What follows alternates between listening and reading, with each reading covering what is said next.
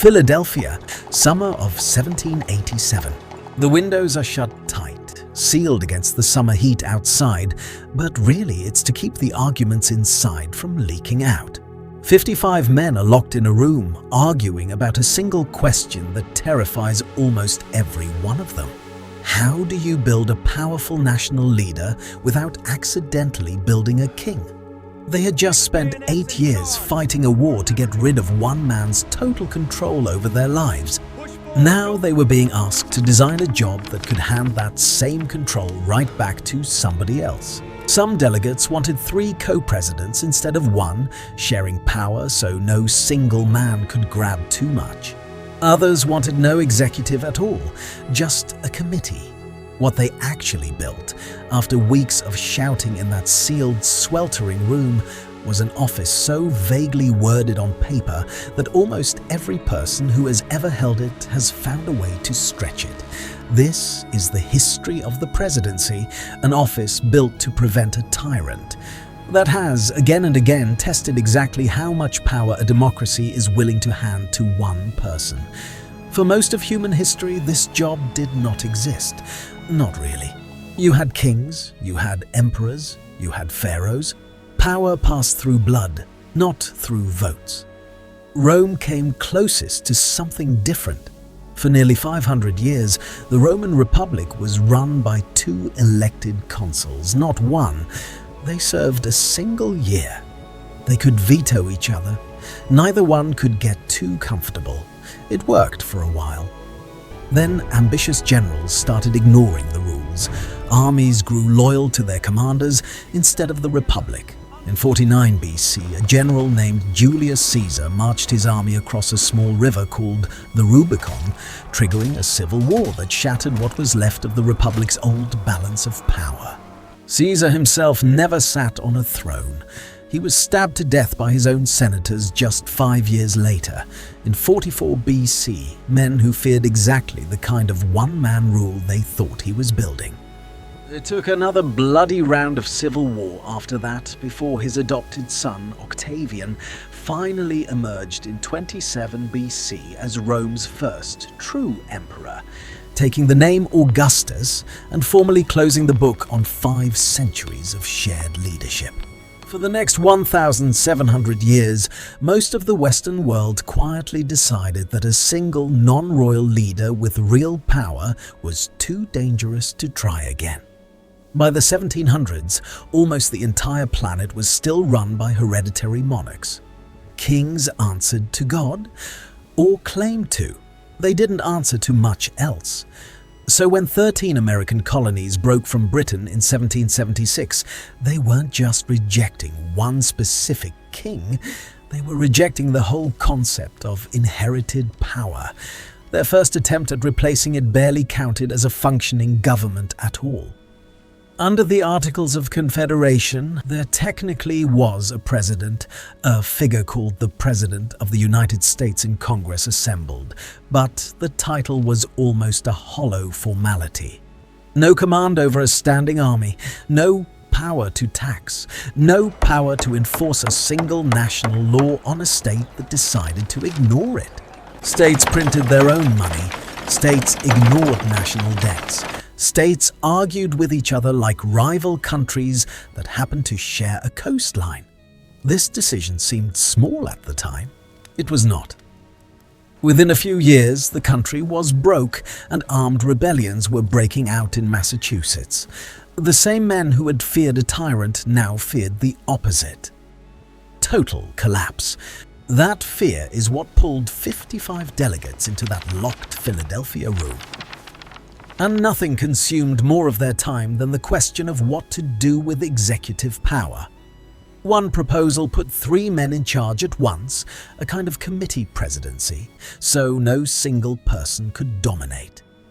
Another argued that committees are slow and a nation in crisis needs one person who can move fast. The argument dragged for weeks through brutal summer heat with no air conditioning and barely any relief from the humidity trapped inside those closed rooms. What they landed on was a compromise so cautious it barely resembles a real plan. One president, 4-year term. not chosen directly by voters, who many delegates flatly did not trust to make an informed choice across a country with no telegraph and barely any shared newspapers. Chosen instead by a strange buffer system called the Electoral College, a group of appointed electors meant to filter raw public opinion through people the founders considered wiser, and then they gave the job almost no real detail. Commander-in-Chief once Congress declares war, power to negotiate treaties, power to veto laws, that's close to it. Everything else was left blank, a space the founders assumed future presidents would fill in modestly and carefully. They had no idea how far that blank space would. George Washington filled it first, and in a lot of ways the modern presidency was shaped less by the actual words in the Constitution than by what Washington personally chose to do and what he refused to do.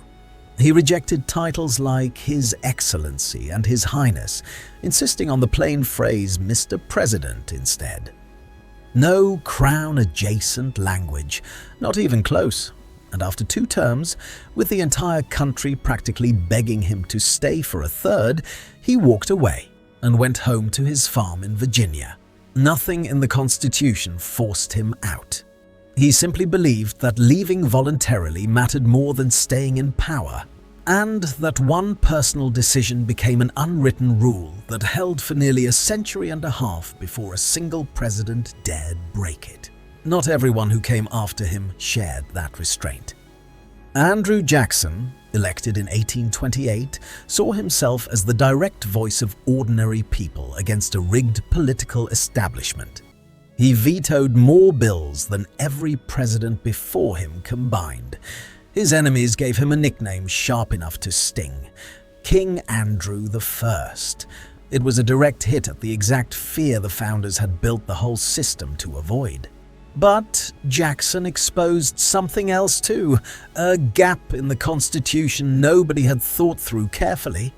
What happens when a president simply refuses to enforce a law he disagrees with?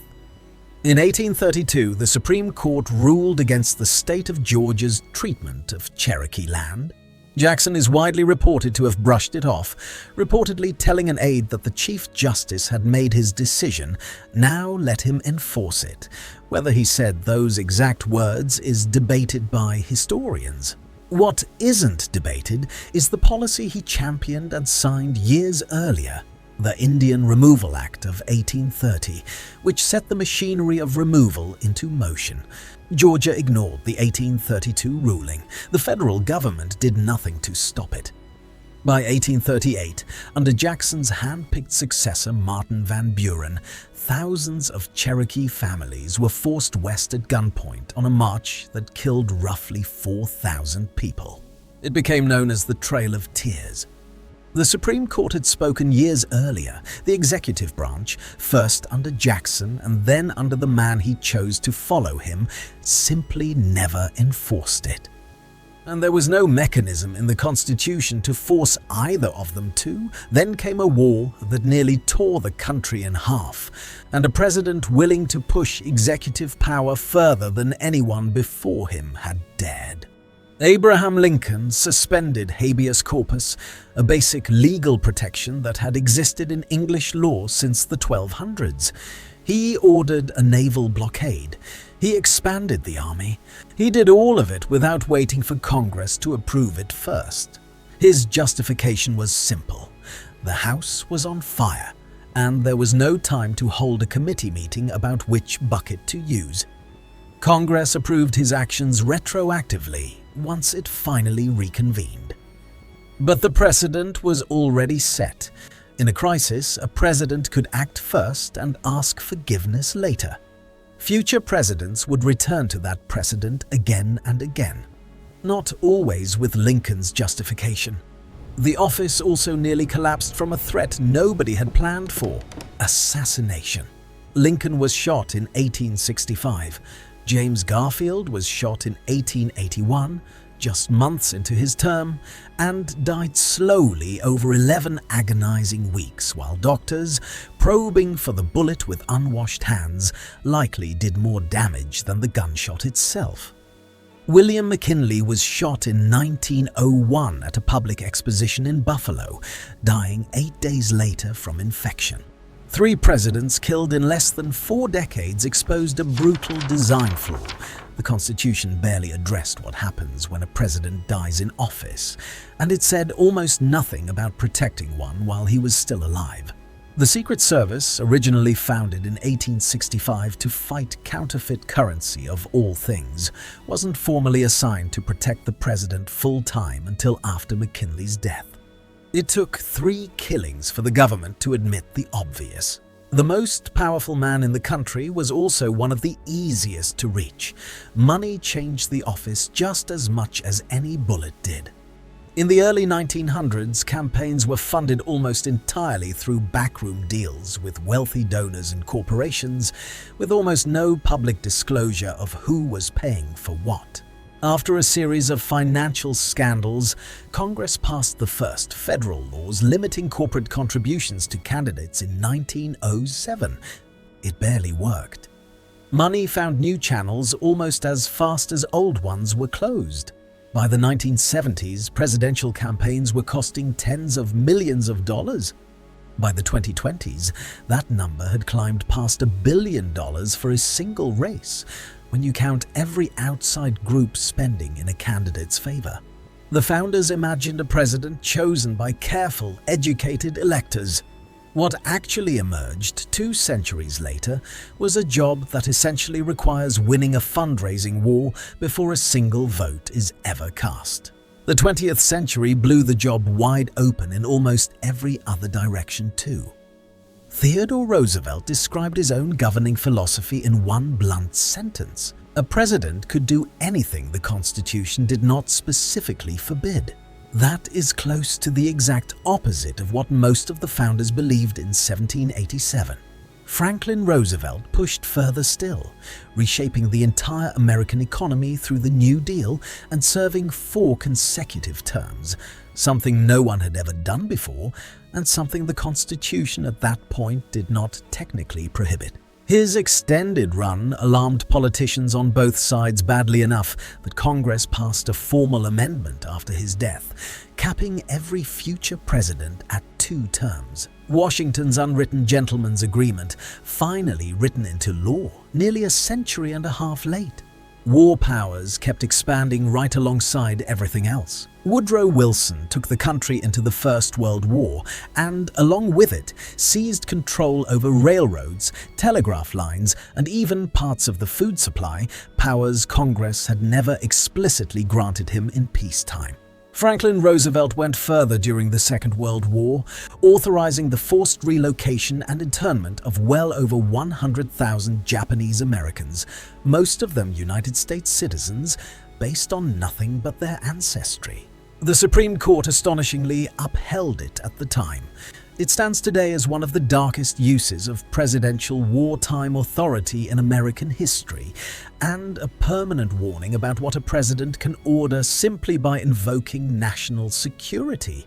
By the middle of the century, the presidency had become the single most powerful civilian job on Earth, commander of the largest military in human history. And after 1945, sole authority over a nuclear arsenal that, as it rapidly expanded through the 1950s and into the 1960s, grew capable of ending civilization in minutes. Think about that for a second. A job the founders designed to be checked at every turn now came with the physical ability for one person to end millions of lives with a single phone call. During the Cuban Missile Crisis in 1962, that was not a hypothetical. For 13 days, one man's judgment stood between the world as it existed and a nuclear exchange that could have killed hundreds of millions of people. Congress was briefed. Congress did not vote. The decision, in the end, belonged to one office. Watergate showed exactly how dangerous that unchecked power could get when it turned inward, against the country's own institutions instead of an outside enemy. Nixon's own campaign broke into the headquarters of the opposing party. Nixon personally worked to bury the crime using the machinery of the federal government itself. When investigators pulled the thread all the way through, it triggered the most serious constitutional crisis since the Civil War. Facing near certain impeachment, Nixon resigned in 1974. He remains the only president in American history to leave office that way. And here's the part that matters. It worked exactly the way the founders designed it to work. No foreign army removed him. No revolution in the streets. Courts, a free press, and Congress did it. Instead, if you're finding this history interesting, go ahead and hit subscribe, because the way this job keeps evolving gets stranger from here. Television changed the office almost as much as any war did. In the 1960 election, two candidates debated live on TV for the first time. A famous story from that night claims people who watched on screen overwhelmingly thought one candidate won, while people who only listened on the radio thought the opposite man had won. A neat, split verdict tale that gets repeated constantly. Later, historians digging into the actual surviving polling data found the evidence for that split is far weaker and messier than the legend suggests. Still, real or exaggerated, the story itself changed how campaigns behaved. From that point forward, how a president looked on camera mattered nearly as much as what he actually said. Franklin Roosevelt had already used radio to speak directly into American living rooms through his fireside chats. Television took that intimacy and multiplied it. Decades later, social media went even further, letting a sitting president skip the press completely and post directly to millions of phones in real time. No monarch in history ever had a tool like that. After September 11th in 2001, President Bush signed sweeping legislation and issued executive orders that expanded surveillance and executive power in the name of national security. Most of those powers outlasted the exact crisis that justified them. They are still active today. Modern presidents increasingly govern through executive orders, formal directives that reshape federal policy without a single vote in Congress. The founders technically allowed this in vague language. They almost certainly never pictured it being used at the scale it is used at now. Historians have a name for what the office slowly became: the imperial presidency, a phrase chosen deliberately to echo the exact monarchy the founders fought a war to escape. And the word did not stay contained inside America's borders. As new democracies formed across Latin America, Africa, and Asia through the 1800s and 1900s, dozens of countries borrowed the title. President, an elected head of state, not a king. But the word traveled far easier than the checks and balances built around it in that locked Philadelphia room. In country after country, the office of president slowly turned into something close to the exact monarchy the American founders had worked so hard to avoid. Leaders rewrote constitutions to erase their own term limits. Some simply refused to leave once elected. The title spread across the entire globe in less than 2 centuries. The restraint built around it in 1787 did not always make the same trip. Today, the American presidency commands the largest military budget on the planet. Sole authority over nuclear launch codes. Enough influence over global markets that a single unscripted sentence or a single social media post can move billions of dollars in minutes. It is one of the most photographed, most scrutinized jobs in the world, and at the exact same time, one of the most quietly powerful positions any human being has ever held. 55 men in a locked, airless room in 1787 were terrified of building a king by accident. What they actually built was something stranger and more powerful than a king, a job vague enough on paper to be reshaped by nearly everyone who has ever held it. And still, at least on paper, handed back to the voters to decide all over again. Every 4 years. One election at a time. If this history surprised you, subscribe for more deep dives into the hidden systems that quietly run the modern world, and drop a comment telling us which president in this story surprised you the most.